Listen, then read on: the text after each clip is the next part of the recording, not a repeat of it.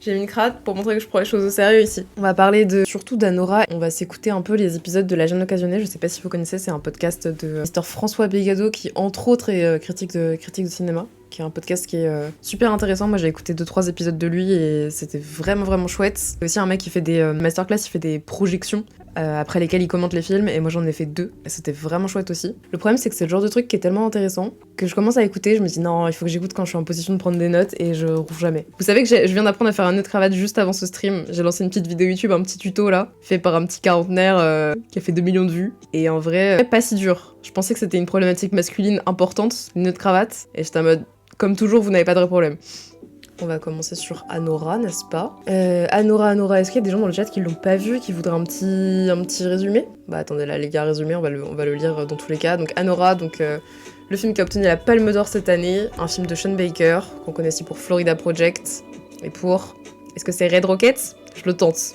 Je suis pas sûre. Du coup, le film raconte l'histoire d'une stripteaseuse, enfin, travailleuse du sexe dans un club de New York. Anora danse un soir pour le fils d'un oligarque russe. Emballé par la prestation d'Annie, le jeune homme lui propose ensuite d'être son escort girl, puis de se marier, puis finalement de divorcer quelques jours plus tard sous la pression de ses parents. Très bon film sur la lutte des classes, n'écoutez pas les Yuna. Moi, je retiens surtout la misogynie infâme du film, mais on aura l'occasion d'en reparler. Globalement, 2 parties. La première ouvrirait une brèche, disons, dans la fatalité sociale. Ah tiens, une très pauvre, enfin une prolo, ça cointe avec un très riche. Rencontre tout à fait improbable par rapport aux déterminismes sociaux. Et puis la deuxième partie va évidemment s'empresser de faire revenir tout le monde sur Terre, quoi. Et c'est ça la deuxième partie d'ailleurs, c'est le retour du social. On a un montage qui s'emballe dans la première partie et qui redescend un tout petit peu. Qui va se calmer un petit peu dans la deuxième partie, absolument, quoi. Donc il y a un côté, oui, gueule de bois pratiquement dans la deuxième partie. Enfin, parce qu'en fait, comment est-ce qu'on passe de la première à la deuxième? On la passe par un saut de point de vue. Jusqu'ici, nous n'étions qu'avec Anora, ou Anora et Yvan, ou Anora, Yvan et leurs copains. Et puis d'un seul coup, tiens, saut de point de vue, le premier du film, c'est quand on se retrouve avec Tauros. Le fameux Tauros, joué par d'ailleurs des acteurs fétiches de Sean Baker qui se retrouvent pratiquement dans tous ses films, et lesquels gens vont venir signifier à Annie qu'en fait, cesse de rêver, petite. Ce que tu croyais être un truc hors sol et déconnecté de toute contrainte, eh bien en fait il y a des contraintes. Ce que tu croyais cette espèce de propriété, là, en fait c'est la propriété de quelqu'un, c'est les gens pour lesquels moi je travaille. Enfin, en fait il lui fait une espèce de leçon sociale. Et pour le coup, moi j'ai même pas l'impression qu'Anora, elle croit vraiment en ce qu'elle est en train de vivre au moment où elle le vit. C'est-à-dire que j'ai l'impression qu'elle est très... qu'elle saisit l'opportunité, mais je trouve qu'on sent quand même qu'il y a une grosse fragilité, mais qu'elle est pas crédule par rapport à sa situation. Enfin, j'ai pas du tout l'impression qu'on lui apprenne quelque chose, en tout cas de ce que je me souviens du film, parce que je l'ai vu il y a un peu longtemps maintenant, mais moi j'ai la sensation que depuis le début, ouais, elle est assez consciente que ce qu'elle vit, c'est une opportunité qui peut s'échapper à tout instant, y compris quand ça commence à parler de mariage. Elle y croit parce qu'elle a pas le choix d'y croire. Ouais, elle y croit d'une manière un peu désespérée, mais aussi très fragile, je trouve. Oui, c'est son seul échappatoire, clairement. Mais je sais pas, j'ai l'impression qu'elle s'auto-persuade un peu. Oui, c'est ça, moi je trouve qu'elle a l'air de se raccrocher, mais tout en sachant que tout est très factice, quoi. Parce que j'ai vu aussi des gens parler d'amour entre les deux, et j'étais en mode, là, il me semble qu'on est très hors sujet. Quand il fuit, elle a l'air de tomber de très haut. Ouais, je trouve pas en vrai. Je trouve qu'elle a l'air de lutter beaucoup tout le long pour s'accrocher à la chose, mais j'ai pas l'impression qu'elle tombe de haut. J'ai l'impression qu'elle est très inquiète plutôt, que ses excès, c'est parce qu'ils sont très portés par l'angoisse de perdre sa situation, etc. Mais j'ai pas l'impression qu'elle tombe de très haut. Mais peut-être que je me souviens pas très bien. Je sais pas si vous avez des passages spécifiques auxquels vous vous référez. Parce que dans son milieu, elle a dû voir des histoires similaires. Tu penses? Je sais pas, ça me paraît pas courant non plus. À la limite, ça me paraît être un peu le fantasme du milieu. Et encore, ça aussi, on pourrait en parler de son rapport à son travail. Moi, c'est un truc qui m'avait un peu perturbée, c'est que j'ai pas l'impression qu'elle déteste ce qu'elle fait. Et j'ai pas l'impression qu'elle soit... Enfin, son désespoir, je le sens à la limite un peu dans le rapport qu'elle a avec l'oligarque, là, dont j'ai oublié le nom. Mais je le sens pas trop dans son rapport à son travail. Et ça, c'est un des trucs qui m'a un peu malaisé. Parce que je trouve qu'il y avait quand même Enfin, j'avais un peu une impression quand même de glamorisation de sa situation. Et elle a l'air quand même un peu de s'amuser, elle fait ça bien, et même si elle aspire à en sortir, ça a l'air d'être plus pour des raisons économiques que par rapport à la nature de son travail. Donc j'avais un peu un point d'interrogation sur quel était le propos vis-à-vis du travail du sexe de la part de Sean Baker dans le film, mais je crois que c'est pas censé être un sujet. Enfin, je crois que c'est juste pas un sujet qui est traité. En tout cas, c'est comme ça que je l'ai compris. C'est comme ça que je l'ai compris aussi avec des conversations que j'ai avec d'autres personnes, mais je sais pas, j'étais un peu confuse et j'étais un peu en mode... Ça me dérange un peu de mobiliser un sujet qui est aussi politique et de pas en faire quelque chose, non pas qu'on soit obligé systématiquement de tout politiser, mais là ça me paraît être quand même un sujet un peu trop fragile entre guillemets, genre sur le plan de comment on le reçoit, comment il est reçu en société on va dire, pour que ce soit mis sur le côté, pour que ce soit exploité comme un argument narratif. On peut travailler le sexe sans en être horrifié, oui ça c'est sûr. Ça, c'est sûr et certain. Enfin, moi, j'ai des positions tout à fait pro-travail du sexe, si jamais faut le préciser, mais c'est juste que je comprends pas trop l'ambiguïté, tu vois. Est-ce que... Enfin, je sais pas, j'ai un flou, en fait, qui me fait me demander quelle est la position de Sean Baker par rapport à ça. Et j'avoue que moi, ça a tendance à un peu interférer avec mon visionnage quand j'ai des flous comme ça, un peu politiquement, on va dire. Et puis, si elle aime son taf... Ce que j'entends parfaitement, et ce qui me ravit, au demeurant, j'aimerais quand même qu'on interroge un peu plus les conséquences du travail du sexe et ce que ça implique, et qu'on casse un peu le côté un peu glitch, un peu paillette, un peu sexy du bail, parce que c'est, je pense, pas souvent si propre entre guillemets, mais questionnement. Oui, j'ai eu la même impression par rapport sur le rapport à son travail, qui est vraiment présenté comme un truc glamour, mais c'est ça, alors que là c'est juste la grosse fiesta, on s'amuse plein d'alcool. Oui, je trouve qu'il y a un peu trop de légèreté en fait dans la manière de traiter ce métier-là, qui me gêne un peu, dans ce film. C'est vrai qu'on montre pas trop de dérives ou le côté plus sombre de la profession. Après, c'est vrai que un film n'est pas obligé de traiter toutes les problématiques qui touchent un peu du doigt. Bonne journée, il en parle dans le podcast de ce côté-là, d'ailleurs, ok, trop bien. Oui, non, je disais, on n'est pas forcément obligé de montrer systématiquement, d'explorer politiquement de manière extrêmement dense et fouillée tous les sujets qu'on balance dans un film, mais là, ça me paraît un peu trop central pour pas être fait, et moi, j'ai un léger malaise par rapport à ça. Il est pas obligé de le traiter, mais de ce que j'ai compris, c'est un peu le but du film, du coup, donc bon, c'est raté. Ouais, mais son métier, c'est sur quoi se construit le film, c'est trop important pour pas être fait. Bah, c'est ça. Pour ou contre l'existence des travailleuses du sexe, moi, je suis absolument pour chacun fait sa life, et après, c'est plutôt comment est-ce qu'on représente les travailleuses du sexe, comment on les protège aussi, travailleuses, hein, qui m'intéresse. Ok, très bien, continuons. Et il a une espèce d'anaphore qui est un et tout là-bas. C'est-à-dire, ce mariage va être annulé, nous allons l'annuler. C'est-à-dire que ça va se passer comme je suis en train de te dire que ça va se passer. C'est même pas la peine de croire qu'en fait, il y a encore une possibilité. Et c'est très beau. Et de fait, c'est ce que fait le film. C'est-à-dire qu'au bout du compte, il se passe exactement ce qu'on pouvait prévoir qu'il se passerait, à savoir que tout le monde va rentrer à la maison en quelque sorte, et que donc Anora est ramenée en quelque sorte à sa condition. Bon, du coup, en termes de spoil, ça se pose là. Non, mais...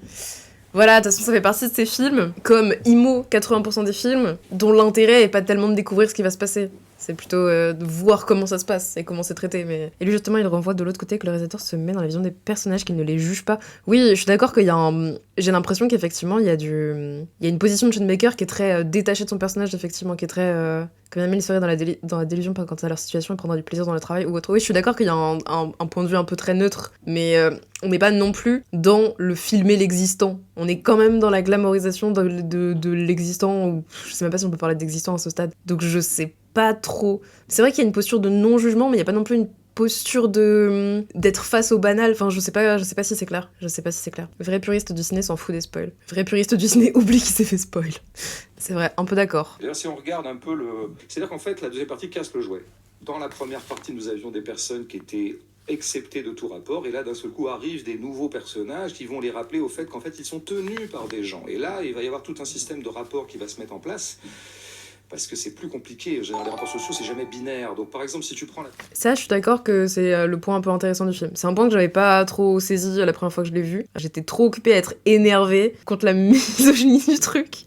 Mais c'est vrai après en avoir discuté avec Eiko, n'est-ce pas, qui est dans le chat, le côté un peu plus social du film mais pas apparu inintéressant. Il y a quelques plans furtifs qui servent à rien. C'est sans doute ceux-là dans lesquels se dépose le plus le sens, quoi. Le cœur même du projet, on pourrait dire. Il y a un moment, par exemple, où Eni, pendant la première partie, ils ont eu un 31 décembre, voilà, très drogué, sous substance, avec du sexe, avec du champagne, avec des feux d'artifice. Ouais, avec même de l'alcool qui coule à flot dans une sculpture en glace. Voilà, c'était... Scène très fatigante. scène soupir, hein. Scène vraiment... Perso, je trouve que le côté sociale est omniprésente dans le film, mais je suis peut-être biaisée, mais je pense qu'on a tous nos grilles de lecture. Moi, je suppose que ma première grille de lecture, c'est une grille de lecture féministe, et du coup, j'étais très emmerdée, et que la lecture sociale qui la suit, enfin, qui est liée, bien sûr, était secondaire, et du coup, c'est fait un peu noyer par mon agacement. Mais après, oui, je suis d'accord que, pourquoi pas, il y a cette cascade de domination, effectivement, entre tous les personnages, qui est pas inintéressante, mais pour aller où? Point d'interrogation. Là, je le vois pas trop, mais à voir. Aspect glamour, il y a aussi le fait qu'aux États-Unis, le monde du club des striptease c'est assez particulier versus Random TDS en France. Ok, j'ai pas du tout les datas sur ça, j'avoue. Faut savoir que Sean Baker écrit tous ses films avec sa femme. Si jamais je pose ça là, putain, moi j'ai vu Nora, je me suis dit, mais il y avait pas une putain de femme sur ce plateau, genre c'est impossible. Après, cela dit, il y a des femmes qui font des films très sexistes. Hein. Le premier qui m'est venu, c'était Flo, c'est un biopic sur Florence Artaud. Et c'est un film affreusement sexiste. Hein. Farja avec Revenge, par exemple. Revenge, c'est. J'avoue, putain, j'ai adoré The Substance, mais Revenge. Non, Flo, non, pas du tout le chat, pas du tout le chat. Flo, FLO, c'est un biopic sur une navigatrice, le chat sexiste. Non, j'ai pas vu de sexisme dans Flo. J'ai pas eu de problématique de genre. Toutes les scènes m'ont paru longues, pas déplaisantes, mais longues. Ok, moi j'ai pas du tout vu de longueur dans Nora par contre. Sauf cette abominable scène d'agression qui dure une fucking plombe. Oui, clairement, il y a des femmes sexistes, des gays homophobes, des racistes et racistes, etc. Oui, tout à fait. Hein. Tout à fait. C'est d'ailleurs des dynamiques qui s'expliquent très bien. On en parlera d'ailleurs un petit peu sur le live de mardi. Sur le live de mardi, on parle notamment des personnes racisées qui votent extrême droite, parce qu'on parlera du livre des électeurs ordinaires de Félicien Faury, mardi, parce que je m'étais engagée à le faire sur le stream de mardi dernier, donc je vais te dire ma promesse. Et on parlera justement des dynamiques des votants extrême droite, fort intéressant, et on parlera d'effectivement en fait, ces minorités qui essayent de s'allier à la majorité en chiant sur la minorité à laquelle ils appartiennent, grosso modo. Enfin, après, il y a d'autres dynamiques que ça, mais... J'ai vu Emmanuel, quel enfer de sexisme. Oui, j'en ai entendu parler. J'ai pas voulu aller le voir, du coup. Et donc elle sort, Annie se réveille, et il faut qu'elle aille de nouveau bosser. Et il y a un plan, qui pour une fois est assez large, dans cette première partie où les plans sont plutôt serrés, qui nous montre elle qui passe la porte, depuis le salon. Et là, il y a des domestiques qui sont en train de travailler. Et c'est con comme plan, mais il faut le faire. Ils sont en train de réparer les conneries de la veille. Et c'est sympa, les jeunes riches, eux, ils s'amusent, ils cassent tout, et puis le lendemain, il y a toujours des gens pour ramasser les pots cassés. Chose qu'on voit, selon moi, beaucoup mieux dans le film sans filtre. Beaucoup mieux. Imo, un peu les mêmes thématiques, mais beaucoup mieux traité dans son filtre. Il y a une autre notation que j'ai vue, c'est qu'il y a un moment où la bagnole de Tauros a été chopée par la fourrière. Je sais pas, le mec, le préposé de la fourrière, dit... Putain, ça fait que 2 semaines que j'ai ce boulot. Cette réplique, c'est rien. C'est-à-dire, vraiment, elle passe à l'as très vite. Elle est vraiment inutile. Mais pour moi, elle dit tout. J'avoue, ça c'est bien. Faire attention qu'a Baker à la condition prolétaire. Ça, c'est des petits trucs comme ça, en fait, de dire que... J'avoue, cette phrase-là, elle est bien. Oui, c'est vrai que c'est une petite attention à la précarité, à la fragilité des jobs peu qualifiés. Je sais pas si cette dénomination est encore correcte, si on n'a pas une meilleure, mais le tic de Bégodeau, c'est cette cigarette invisible qui l'inspire à chaque fin de phrase. Oh putain, pitié, pourquoi j'ai lu ça? Maintenant, je vais l'écouter, je vais y penser tout le temps. Je trouve ce film très puéril et maladroit. Perso, ma petite recommandation pour Compartiment numéro 6 avec Yura Borisov, magnifique, qui pour moi est le seul bijou d'Anora. Je connais pas du tout. Il y a ça, elle fait terminer ses phrases par quoi? Non, pitié, maintenant ça va me hanter. Genre. Mais effectivement, la phrase qu'il a relevée, jolie petite attention portée à la précarité de l'emploi dans les jobs peu qualifiés, je trouve pas ça inintéressant. Mon pote, toi, nous on se marre bien dans ce film. On est content, nous, qu'il fasse ça. Parce que ça fait une super scène où la bagnole démarre de façon presque folle. Ouais, mais il y a quand même toujours des pots cassés. Il y a des conséquences, quoi. Et c'est peut-être ça la conscience de classe. Conscience de classe, c'est ça. C'est que t'es jamais... Enfin, ouais, vous êtes hors sol, les riches, là, vous vous amusez bien, bon... Il y a toujours une conséquence, il y a toujours des mecs qui ramassent derrière. Et voilà, bon, ça paraît rien, hein, mais je pense que... Je passais aussi au plan du début, quand Anora, elle finit sa nuit, et en fait, pareil, des petits plans, des petites incises, qui montrent sa condition de prolétaire, où tu la vois dans le métro, hyper fatiguée, ou en fait, passage de la nuit à l'aube, en rentrant chez elle. Mais alors justement, moi je trouve que ça aussi c'est très peu traité, c'est-à-dire que oui, bien évidemment que je perçois qu'il s'agit de dénoncer la situation sociale dans laquelle se trouve Anora, mais je trouve qu'on le voit très peu aussi, et qu'on le ressent très peu aussi, et qu'on ressent très peu de souffrance quotidienne liée à la précarité probable dans laquelle elle est et dans l'instabilité dans laquelle elle est. C'est-à-dire que, encore une fois, je sens sa détresse dans sa manière de se raccrocher à l'oligarque, mais je sens pas spécialement sa détresse dans son expérience de vie de tous les jours, je le vois pas trop. Donc, point d'interrogation, once again. Oui, Baker perd plus du prolétariat que du travail du sexe en soi, oui, je crois qu'il fallait le comprendre comme ça, effectivement. Les films n'ont rien à voir, mais par exemple, Bird traite tellement mieux la précarité de ses personnages, bah là, en termes typiquement de film social, André Arnold, effectivement, c'est un haut tiers. Parfois, je trouve que la subtilité du fait que ce soit en filigrane et subtilement mentionné, comme si de rien n'était, est plutôt bien fait. Ok, j'avoue, j'y ai pas été sensible. Ça, sur le papier, tu vois, ça peut me plaire, mais là, je l'ai pas capté, je pense. C'est ce dont je t'avais parlé, c'est le seul film où Baker ne filme pas la pauvreté frontalement. Ok, d'accord. Ok, mais je pense que j'ai pas trop vu, où ça m'a pas suffisamment marqué. J'ai le souvenir d'une scène d'Anora, on la voit chez elle, on comprend qu'elle est dans une situation logement qui est un peu dégueulasse, quoi. À part ça, j'ai pas vu. Typiquement, la scène du métro, ça me dit rien du tout, mais j'ai zappé. Sa sœur, hein. Et bah ça, j'avais pas non plus. La meuf, t'as pas vu le film, en fait. Baker, par ailleurs, est très bon pour filmer les marges. Donc, par exemple, Tangerine, c'était les travestis prostituée, encore une fois. Scarlett, c'est une actrice du porno. Ah oui, ok, en fait, il y a un très gros fil rouge dans le cinéma de Baker, tout ce qui est problématique sexuelle. Et du coup, mais c'est marrant, est-ce que le schéma, du coup, parce que vous qui avez vu visiblement plusieurs films de Baker, est-ce que le schéma, c'est toujours le sexe au service du social, en fait? Est-ce que c'est ça? Ah, ce serait pas inintéressant, en vrai. Il aime trop le cul, en gros. Souvent des gens qui se servent du sexe pour s'en sortir, ok. Est-ce qu'il y a une explication, hein, pourquoi c'est un thème récurrent chez Baker? Ah, c'est Red Rocket, le porno, 80. Ok. Est-ce qu'il y a toujours ce truc un peu voyeuriste que moi je trouve qui moi je trouvais présent chez dans Anora. Je trouve que en fait tu peux éventuellement parler effectivement de travail de sexe, etc. Est-ce que t'es obligé de montrer à ce fucking point? Est-ce que t'es obligé de montrer autant de cul et de nichons? Vraiment, ça m'a dérangé, j'ai trouvé ça un peu dérangeant. J'étais en mode oui, c'est le propos, évidemment c'est le sujet, donc ça peut ne pas me gêner. En fait, c'est même pas tellement la proportion, mais c'est plutôt, je pense, le regard qui est posé dessus. Ça me paraît très volontairement un peu aguicheur. Volontairement, ok, c'est un peu soupçonné sans preuve, mais le film, de manière générale, aussi bien au niveau du sexe que de la démonstration de preuves de richesse, que la fête, etc. Ça me paraît j'agite un peu vos instincts primaires, sous couvert de je montre un objet éminemment social. Et moi, ça me gêne un peu. Je crois qu'il a un fétiche du tabou. Ok, c'est intéressant ça. Mais ce tabou, c'est systématiquement sexuel ou pas? Pour moi, le sexe dans Anora, ça va montrer qu'il n'y a pas un soupçon d'amour dans la relation, et du fait qu'Yvan et Anora ne sont pas sur la même longueur d'onde. Ouais, mais je parle même, tu vois, dans des plans qui sont faits dans le club, etc., tu vois. Je parle même de ça. Mais effectivement, ça me paraît assez évident qu'il n'y a pas le moindre amour entre les deux. Le prolétaire, c'est celui qui est toujours soumis à un système de contraintes. Le riche, à l'inverse, de l'autre côté de l'échelle sociale, c'est celui qui n'a jamais de contraintes. C'est ça. Ok, je trouve que cette contradiction, elle fonctionne bien. Ça, je trouve que ça fonctionne bien, effectivement. Le personnage d'Igor, alors personnage intéressant parce que lui-même est le sbire des sbires. On comprend assez vite que lui, c'est quand même plutôt le brutal. Or, contre toute attente, Igor va être celui qui va avoir une sensibilité pour Anora.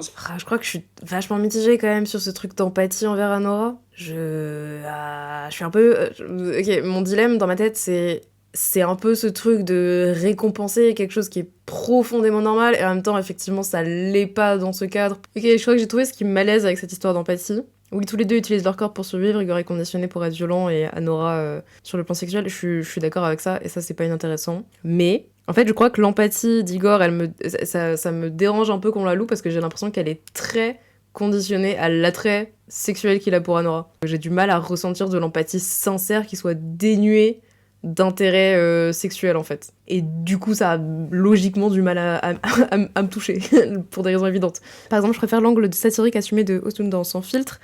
Pour traiter ce même rapport de classe, oui, moi aussi, je préfère largement. Avec Anora, j'ai l'impression de voir un film étudiant très linéaire, bâclé certains endroits qui reposent sur l'aspect cru, tabou, intensité du rythme pour secouer l'audience.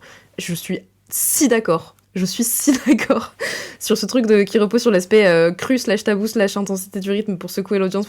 Frontalement, je suis absolument d'accord. Totalement d'accord, je comprends pas du tout la hype autour de lui, je sais pas, je l'ai trouvé inoffensif. Qu'est-ce qui me fait dire ça? Je sais pas si je sais le justifier avec des éléments précis, ça va plutôt être des regards ou des attitudes.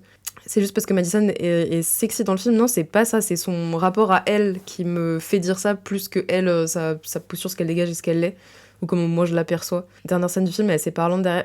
Oui, mais ça, c'était complètement dénué d'empathie. Il y aurait eu un arrêt, je pense, en fait, d'intérêt. Typiquement, la dernière scène du film, il y aurait eu un non franc de sa part à lui. Parce que, il y aurait eu séparation, en fait.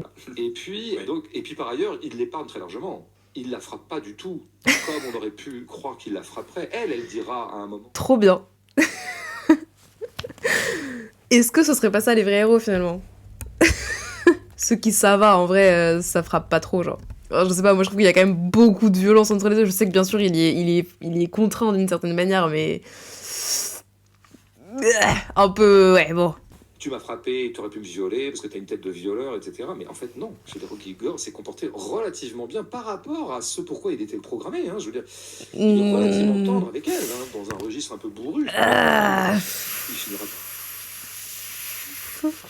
Compliqué quand même, les gars. Compliqué. Non, c'est compliqué, là, je suis désolée. Bien sûr qu'il est contraint et... Ah, non. Non, je pense que je peux pas accepter ça.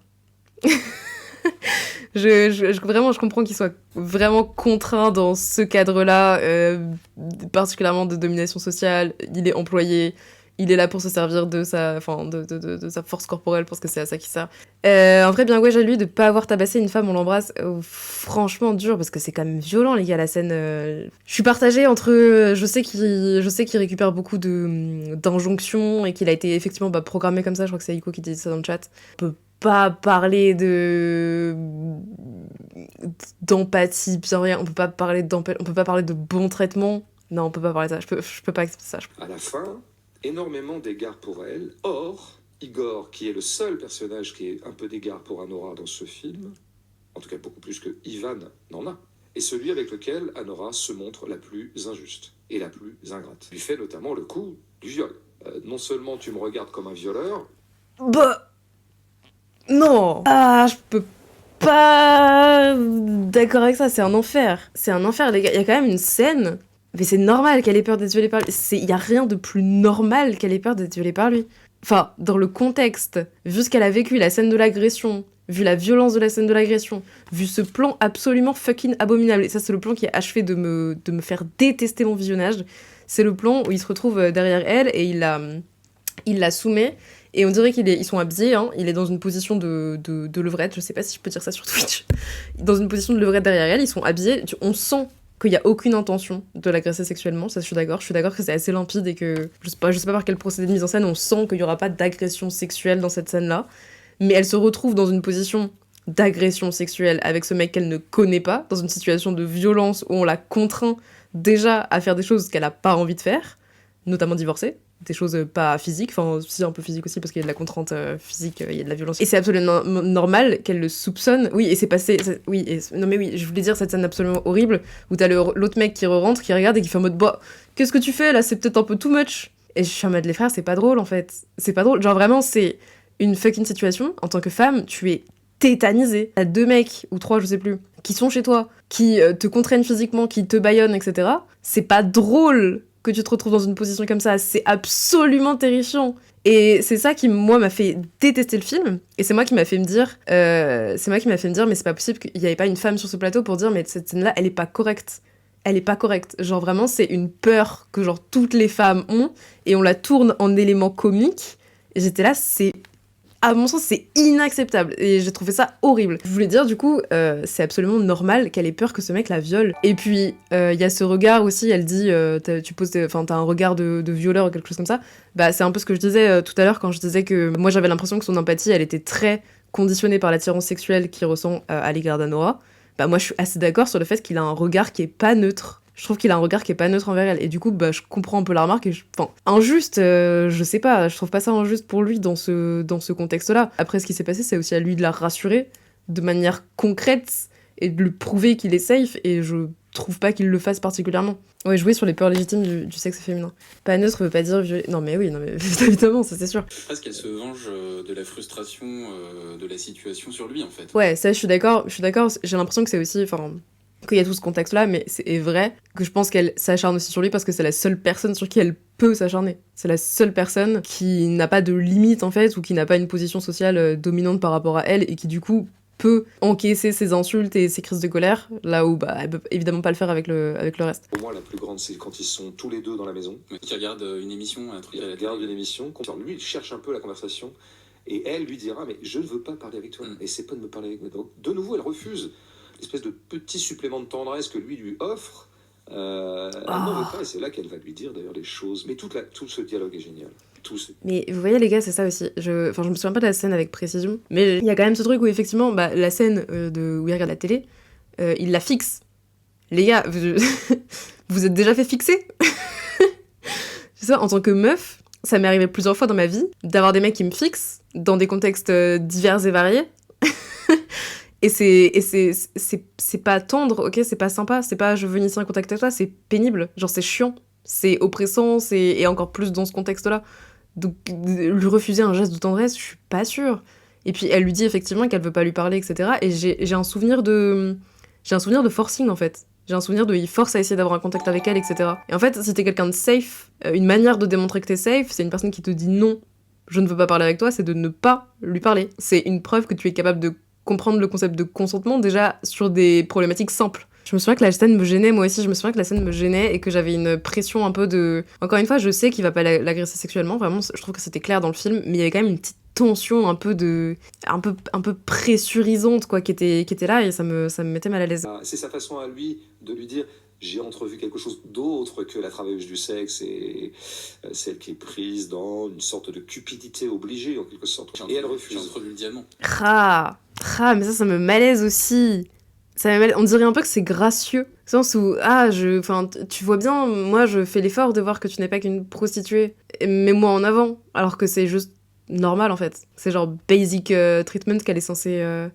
Oui, plus Bégodeau en parle, plus le personnage d'Igor m'est détestable, j'ai exactement la même chose. Sentir le regard de quelqu'un alors que tu es pas du tout dans le mood d'interagir. Non mais c'est ça, puis il faut capter les signaux aussi. Et j'ai du mal à croire que les hommes ne captent pas les signaux. J'ai du mal à penser que c'est pas un choix presque conscient d'ignorer un peu, parce que ça se sent qu'Anora elle a juste pas envie de bind avec lui. Et il faut juste s'arrêter là. Il le fait pas, donc c'est normal que ce soit pas en sécurité avec lui en fait. Elle a bien vu qu'en fait c'était le seul mec qui l'aimait, c'était lui quoi. Le seul qui l'aime, mais c'est pas le seul qui l'aime, c'est le seul qui... J'ai envie de dire, la traite comme un être humain, mais encore une fois, moi, comme je sens une tension sexuelle de sa part, je vois toujours de l'objectification de la part d'Igor envers Anora, donc je suis même pas sûre de ça.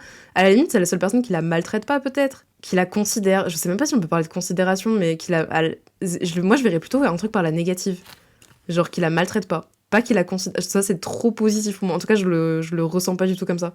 Ils se sont peut-être attendris par Igor, parce qu'à force, quand même, le mec. Bon, avec oh là là. Il allume 2 clopes, tu sais, en même temps. Ouais. Bon, c'est un geste très simple. Une pour lui, une pour elle. Mais oui, mais pour moi, c'est la figuration d'un couple possible. Enfin, je pense pas extrapoler, c'est pas un symbole. Oh, c'est une catastrophe. Oh, la catastrophe. What? Mais c'est quoi ça? C'est quoi cette compréhension de la situation? Il a allumé 2 clopes. C'est la perspective d'un couple possible. Ah les gars, non, le bare minimum n'est vraiment pas là, hein. Oh ouais, c'est compliqué là. C'est compliqué, il y a une espèce d'extrapolation gigantesque. Il y a une espèce d'incompréhension, enfin, je sais pas si c'est de l'incompréhension, je prétends pas avoir raison, mais il y a une espèce de omnibilation. Non, c'est pas ça, je cherche un mot, mais c'est pas grave. Oui, les prolos ensemble parce qu'ils se respectent, non mais c'est un peu ça. C'est un peu ça. Les prolos ensemble parce qu'ils se maltraitent pas, parce qu'ils se comprennent un peu, parce qu'ils ont de l'empathie pour leur situation mutuelle de prolétaires. C'est pas assez. Anora sent bien que s'il y a de l'amour dans sa vie, ça sera avec lui. Mais c'est affreux. C'est affreux. Mais pitié, mais les gars, mais il s'agit aucunement d'amour entre ces 2 personnes-là. C'est un enfer. Comment tu peux voir de l'amour là-dedans? L'extrapolation de ce qu'il dit, c'est caricatural, bien évidemment. Mais c'est à partir du moment où tu rencontres une personne qui te maltraite pas dans un environnement où tu es maltraité, alors cette personne est ta seule possibilité d'amour. Ils sont prolos tous les deux. Mais bien sûr, ça la remet totalement dans sa condition. Elle se dit, en fait... Je pense qu'il y a une partie de vérité. Ça, je trouve que c'est une idée qui est pas inintéressante. L'horreur face à la compréhension qu'effectivement tu pourras jamais relationner avec des personnes qui sont pas de ta classe sociale. Ça, c'est pas inintéressant du tout. Mais je pense qu'il y a surtout beaucoup d'horreur parce qu'elles se sentent très seules et que la seule personne qui la maltraite pas est une personne qui est quand même un peu violente avec elle. Genre, c'est pas une alternative lumineuse, quoi. Moi, j'avoue, j'avais un gigantesque point d'interrogation sur la fin du film. J'avoue que je savais pas du tout comment l'interpréter. Je sais pas comment vous l'avez compris, vous. Moi, j'y voyais potentiellement un craquage après tout ce qui s'est passé. Peut-être effectivement une tendance à la tendresse qui passe par le sexe parce qu'elle elle a entre guillemets l'habitude de ça. I guess que genre, tous ces rapports aux autres sont conditionnés par un rapport au corps qui est sexuel. Et donc potentiellement effectivement un rapport plutôt limite une tentative de geste amical plutôt qu'un geste de tendresse ou quelque chose comme ça qui passerait par là. J'étais en mode point d'interrogation. Et j'étais en mode est-ce que c'est traumatique? Est-ce que c'est... Je sais pas, j'étais confuse. J'étais confuse. Et j'avoue, ma confusion était trop grande pour m'en émerveiller. Voilà, c'est le rapport déformé aux hommes et la sexualité que j'ai compris d'Anora. Ok, moi, c'était plutôt ma take aussi. Mes amis me saluent pas comme ça. Mais justement, tu vois, c'est justement là qu'il y a le rapport un peu fucked, les rapports sociaux un peu fucked par un problème de sexualité omniprésente et un peu déformé, tu vois, par son travail ou quelque chose comme ça, je sais pas. Et en même temps, si c'est un geste de tendresse, pourquoi ce sera un geste de tendresse alors que l'acte sexuel est un acte de travail? Et j'ai du mal à raccrocher les wagons pour justifier qu'il y a quelque chose d'encore une fois de l'ordre de la domination sociale ou même de... Non, on n'est pas dans un rapport travail. Donc il faudrait que ce soit une extrapolation, peut-être une sortie des problématiques du travail dans le personnel, un envahissement. Ah, ça a du sens. Ça a du sens. Parce que du coup, puisqu'il n'y a pas de frontière entre l'intime et le travail, puisque son travail c'est l'intime, dans l'intime il y a du travail. Ok, ça a du sens. Notamment parce que Nora insulte la russe la russe, quand elle lui demande pourquoi elle ne l'a pas V-word. Oui, c'est vrai. Ça c'est assez intéressant. Attends, je vais noter. S'il l'agresse pas, ça veut dire qu'il est pas vraiment un homme hétéro. Ah putain, mais ça en dit tellement long sur son... Ça c'est intéressant parce que ça en dit vraiment très long sur ses conditions de travail et c'est horrible. Oui, pour moi, ça souligne tout simplement sa grande blessure humaine qu'elle pensait pouvoir cicatriser en un claquement de russe. Oui, c'est vrai qu'il y a dû avoir... Oui. Ouais, la désillusion... Ouais, ok, je partirais sur mi-larmes de désillusion post elle a potentiellement cru qu'elle pouvait s'en sortir, des formations un peu de sa relation aux hommes et au sexe lié à son travail, parce que aussi je pense que dans le travail du sexe t'en vois passer, hein. Je pense que tu dois tomber sur une quantité de malades. J'avais lu un livre qui était intéressant comme ça d'ailleurs, si jamais, j'avais lu un livre, le livre de Louise Brévin, Pute n'est pas un projet d'avenir. Et c'est une ancienne travailleuse du sexe qui raconte son expérience, donc elle raconte différentes expériences qu'elle a eues avec différents clients. C'est hyper intéressant, c'est un livre vraiment full témoignage. Et effectivement, elle disait que ça avait énormément déformé son rapport aux hommes et qu'elle n'arrivait plus du tout à voir un homme autrement que comme elle les percevait dans la, on va dire, la plus grande crasse de leur intimité. Donc dans des cadres sexuels où ils ont des comportements incorrects, c'est un trop gros euphémisme, mais immoraux ou violents en fait carrément. Pourquoi veulent absolument se convaincre les bourgeois quand ils filment des prolos? Ils veulent se convaincre que les prolos sont dignes, qu'ils ont une dignité, qu'ils ont une hauteur de vue, qu'ils ont une spiritualité en eux, qu'enfin c'est des gens bien, et c'est des gens qui, malgré leurs conditions de pauvres, eh bien, arrivent quand même à avoir la tête haute, quoi. Ah ouais, ça c'est abominable. Non, Anora, c'est une pauvre qui veut pas l'être. C'est une pauvre qui trouve indigne de l'être. Et ça, c'est pas un bourgeois gaze. Ça, c'est un regard, amical vis-à-vis d'un personnage de prolo. C'est ne pas oublier, tout en le montrant dans un système d'aliénation qui est celui du prolétaire, de montrer qu'il est le premier à en être le plus désolé et à avoir une espèce de haine de soi, de prolétaire.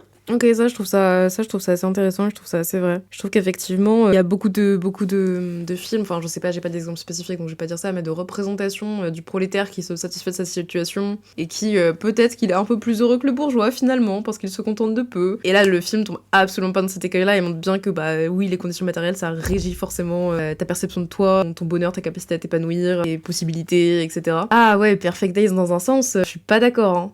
Pour moi, un peu l'inverse, grâce à la fin. Pour moi, Perfect Days, c'est le prolétaire qui essaye, enfin qui fait tout pour sublimer son quotidien, mais qui fondamentalement n'y arrive pas. Parce que c'est une impossibilité. Ils sont si différents, mais finalement ne sont-ils pas les plus humains? Oui, c'est affreux ça. Il en faut peu pour être eux, mais c'est horrible. Et effectivement, là, le film montre bien qu'elle est dans une position de fuite par rapport à sa condition, et on sent l'urgence de la fuite. Ça, c'est intéressant et c'est bien foutu. Ce que je voulais dire, je trouve que ce qui est intéressant, effectivement, dans cette idée de fuite du prolétaire de sa condition, de sa propre condition. Et en fait, oui, ça reboucle un petit peu avec un des doutes que j'avais au début. Je vous disais, j'ai pas trop l'impression qu'on voit vraiment les conditions prolétaires. Mais en fait, ce qui est intéressant, c'est moins, je pense, les conséquences matérielles. Oui, c'est en fait ce qui est plus... Ok, prolétaire, deux branches de problèmes. Un, des conditions matérielles insatisfaisantes, on va dire, euphémisme. Deux, une grosse restriction des libertés. Et en fait, c'est vrai que le film appuie beaucoup plus sur cette restriction des libertés, sur cette impossibilité de sortir de sa situation, de s'épanouir, mais de s'épanouir presque plus de manière, moins de manière matérielle. C'est-à-dire que j'ai pas l'impression qu'il s'agisse de montrer qu'elle veuille posséder, un peu, mais pas tant, mais plutôt qu'elle veuille avoir de l'espace pour vivre. Ok, c'est bon, ça je l'ai, c'est intéressant. Et oui, et du coup, la fuite de sa condition, on sent qu'il y a une urgence, c'est ça... Ah, ça me satisfait quand ça s'éclaircit. Il y a un peu une urgence de pouvoir vivre. Et pas une urgence de pouvoir posséder ou une urgence de satisfaction matérielle, mais vraiment une urgence d'avoir de l'espace pour vivre. ça qui est intéressant dans le film. Ok. Remarquez, par exemple, Anora, on ne la voit jamais seule. J'allais dire, c'est un peu ce qui m'a posé problème. C'est une des premières critiques que j'ai fait au film, je trouve qu'on n'explore pas du tout l'intériorité du personnage et ça me dérange. Mais en même temps, avec tout ce qui a été dit, ça a peut-être un peu de sens pour montrer à quel point sa vie est conditionnée par les autres et à quel point elle est contrainte et à quel point ses mouvements dépendent des barrières qui sont érigées autour d'elle. Et peut-être que ça illustre bien que seule, elle a très peu de mouvements, très peu de liberté.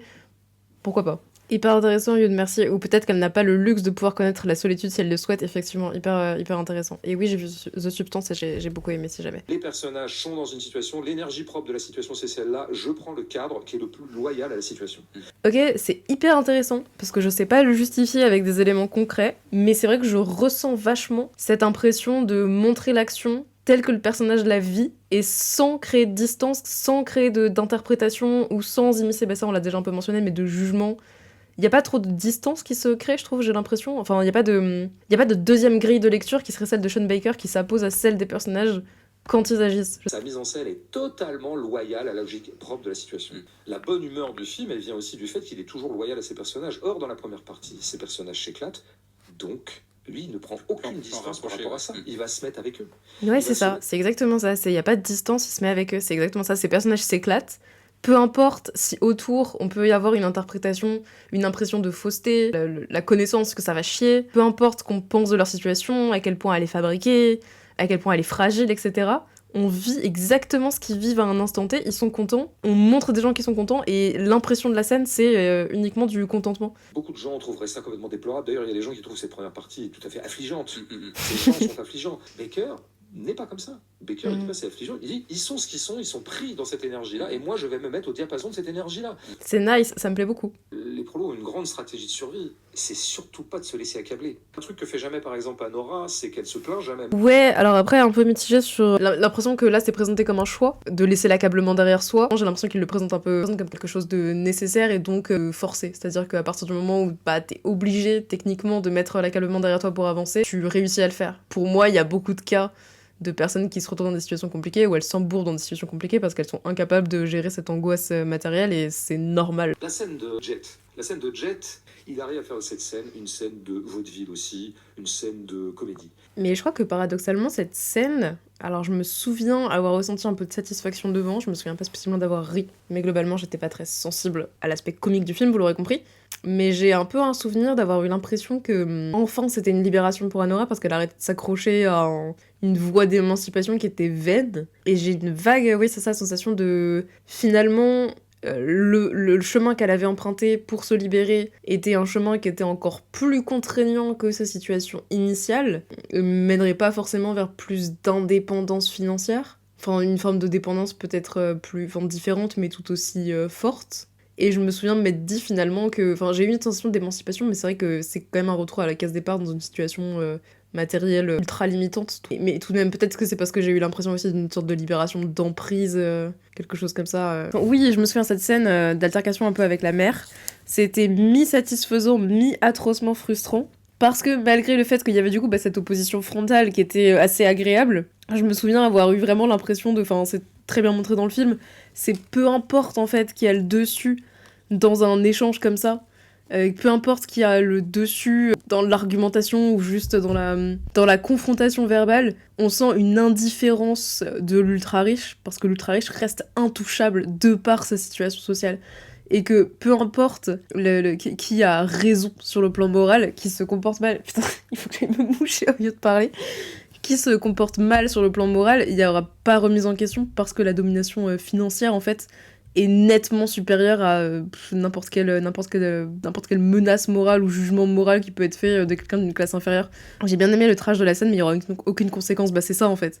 C'est un peu satisfaisant de voir comme ça une forme de libération, en tout cas une forme de lutte, et frustrant de voir qu'effectivement ça n'aura jamais le moindre effet, le moindre impact, quoi. Quand tu reprends la scène où il est question de neutraliser Anora, la résistance d'Anora, ça a échappé à personne, c'est une résistance de petit animal vivant, quoi. C'est-à-dire que ce corps est absolument insatiable. Comment elle crie, quoi. Elle crie, alors par ailleurs il y a ce cri qui est irréel. Ça, vous voyez, ce truc du cri, j'ai détesté que le cri soit tourné comme un élément comique, et j'ai détesté de voir que pour une fois, en fait, quand on présente un personnage féminin qui oppose de la résistance de manière très frontale, de manière très évidente, de manière violente, on en face un élément comique. En fait, j'avais l'impression que revoir des associations femmes qui se défend ou femmes qui s'imposent égale femme hystérique. C'est ça, c'est vraiment la femme qui est présentée comme un peu la folle de service, quoi. C'est waouh, c'est trop marrant, elle est complètement crazy. Alors qu'elle est littéralement en train de se faire agresser. Donc, en fait, c'est un miracle qu'elle réussisse à créer dans ce genre de situation. C'est-à-dire que dans ce genre de situation, il y a beaucoup de cas où on est sur de la paralysie, je sais plus comment ça s'appelle exactement, mais de la paralysie traumatique, quand on n'a pas la capacité de se défendre, de bouger, de protester, quand on est dans une situation extrêmement stressante et dangereuse et violente. Et là, pour le coup, on a le contraire, on a une femme qui réussit à se débattre, et on en fait un élément comique comme si elle était un peu folle, et comme si elle était un peu too much, et un peu de la Titanie, voilà, merci beaucoup.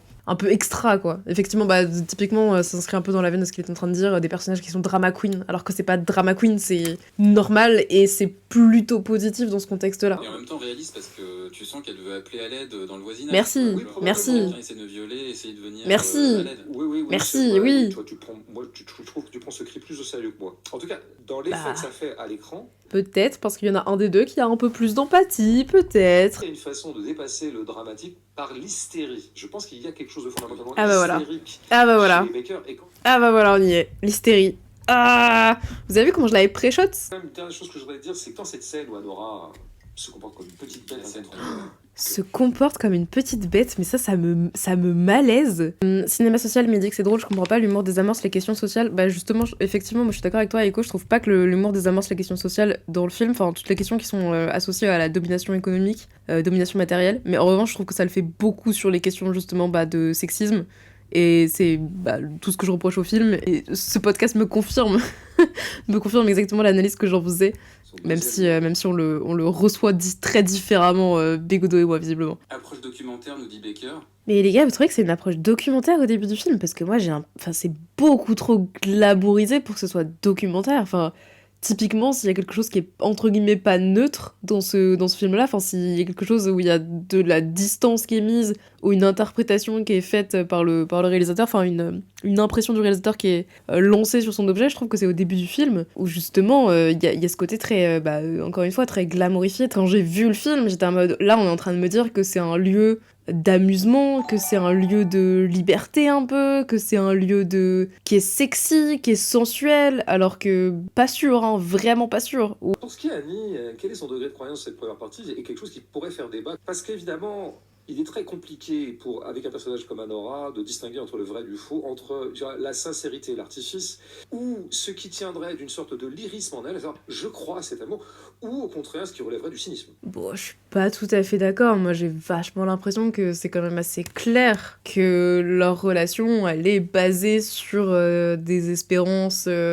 Enfin, en tout cas, du côté d'Anora, des espérances matérielles, et de l'autre côté, une envie de provocation. Mais je trouve que c'est assez lisible, je sais pas ce que vous en pensez, mais moi, j'ai pas trouvé qu'il y avait trop d'ambiguïté, quoi. En même temps, t'as l'impression que lui aussi, il s'attache un tout petit peu à Anora aussi. Oui, alors on a un peu l'impression. Je trouve pas, ça se voit qu'il la considère vachement comme un objet d'amusement. On sent qu'il y a beaucoup, c'est à la limite de la moquerie, je trouve. À la limite, enfin, probablement, il se moque moins d'elle que de ce qu'il est en train de faire. Alors, je pense qu'il a conscience que ce qu'il est en train de faire est absolument ridicule vis-à-vis de lui, sa condition sociale, et effectivement pas tant de objet d'amusement que de transgression. Moi, je pense qu'il y a, l'amusement, c'est ça, c'est lié à cette impression de transgresser. Pour moi, les choses restent ambivalentes jusqu'au bout. Je suis pas du tout d'accord, et d'autant plus que si c'était le cas, on perdrait tellement en puissance sur le propos social du film.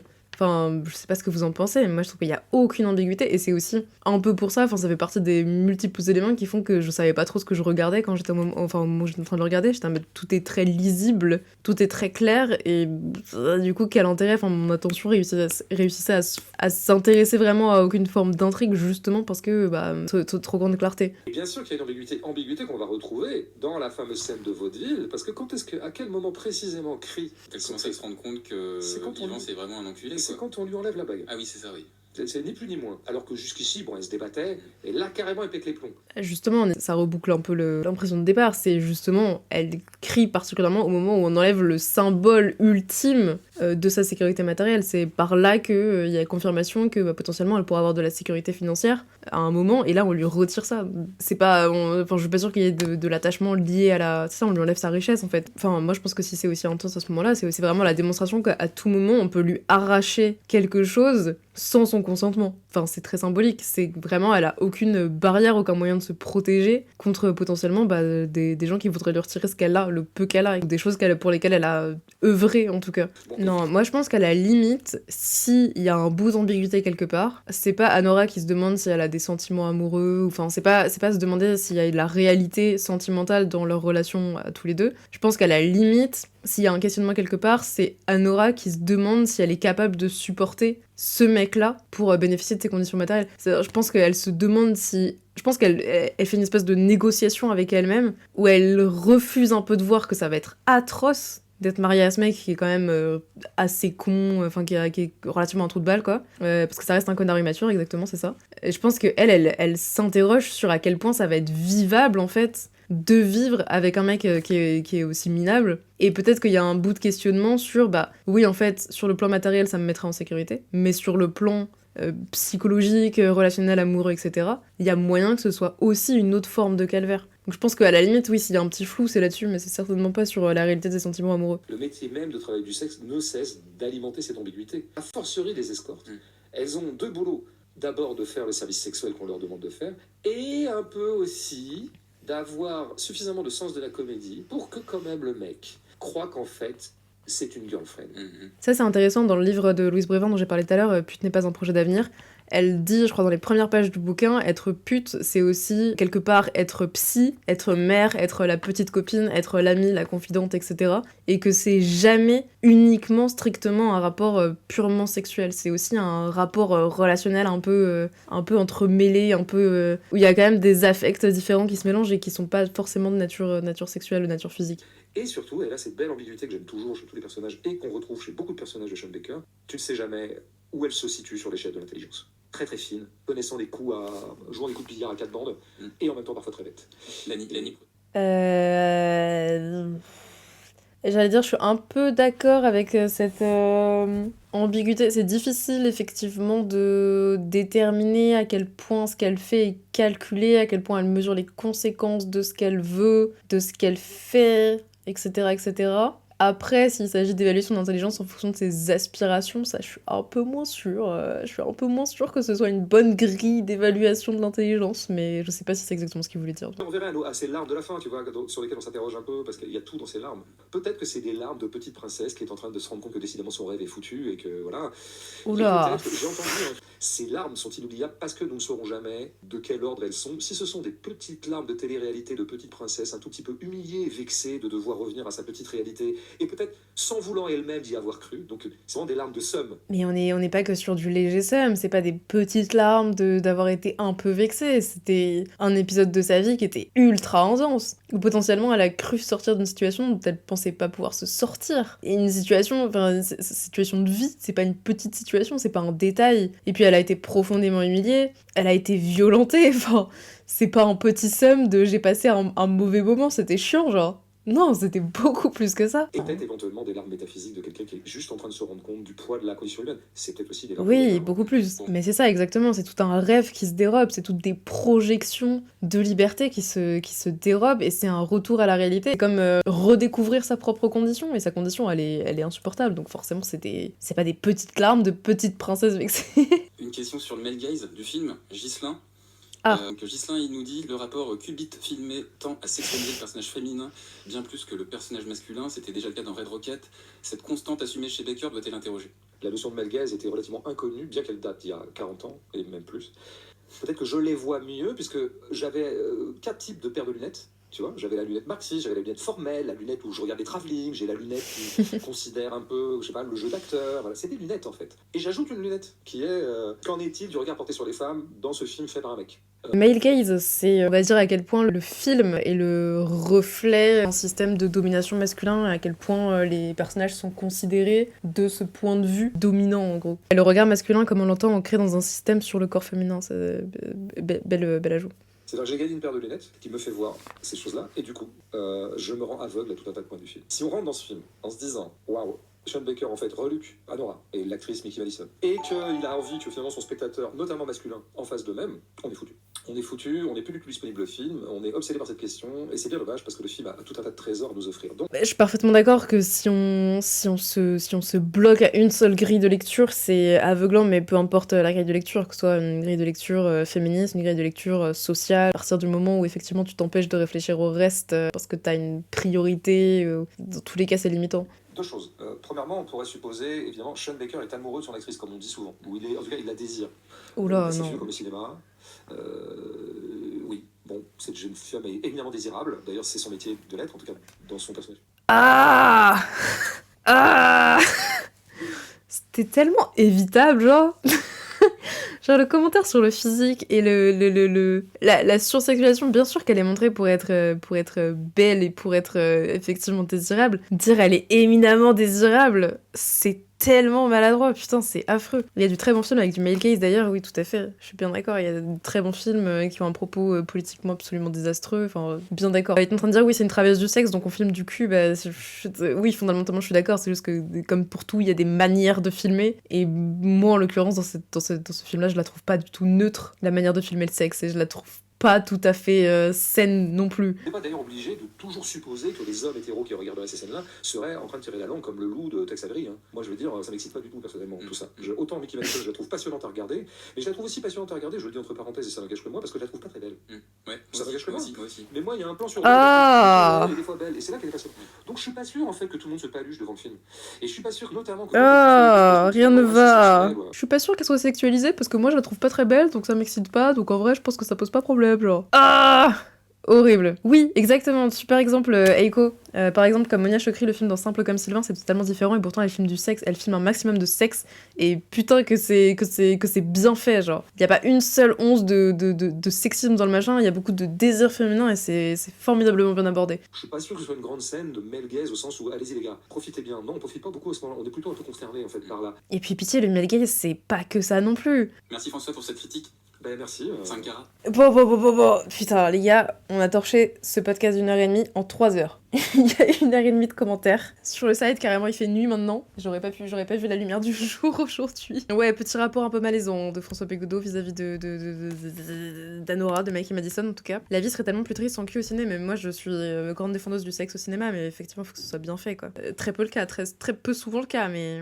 Bah, j'espère que vous avez passé un bon moment, les gars. J'espère que vous avez trouvé ça intéressant. En tout cas, moi j'ai trouvé ça hyper intéressant, surtout les 45 premières minutes, je les ai trouvées très chouettes. Effectivement, bah écoutez, bah moi j'ai pas changé d'avis sur Anora, j'avoue. Et effectivement, il y a des éléments qui sont assez intéressants, tous les éléments un peu liés à la domination sociale, matérielle, etc. Ça m'intéresse plutôt pas mal. Je trouve pas que ce soit particulièrement bien réalisé versus d'autres films que j'ai pu voir. Mais encore une fois, je pense à Sans filtre. Je sais qu'Aiko est pas d'accord, mais voilà. Mais globalement, ouais, le problème du traitement des femmes est trop gros pour moi et le reste ne compense pas parce que ce serait pas forcément rédhibitoire, mais ça m'a permis de plutôt me renforcer mes arguments contre. Mais après, enfin bon, voilà, les goûts, les couleurs, les sensibilités, machin, mais en tout cas, c'était hyper intéressant. C'était des beaux arguments construits et tout, c'était chouette.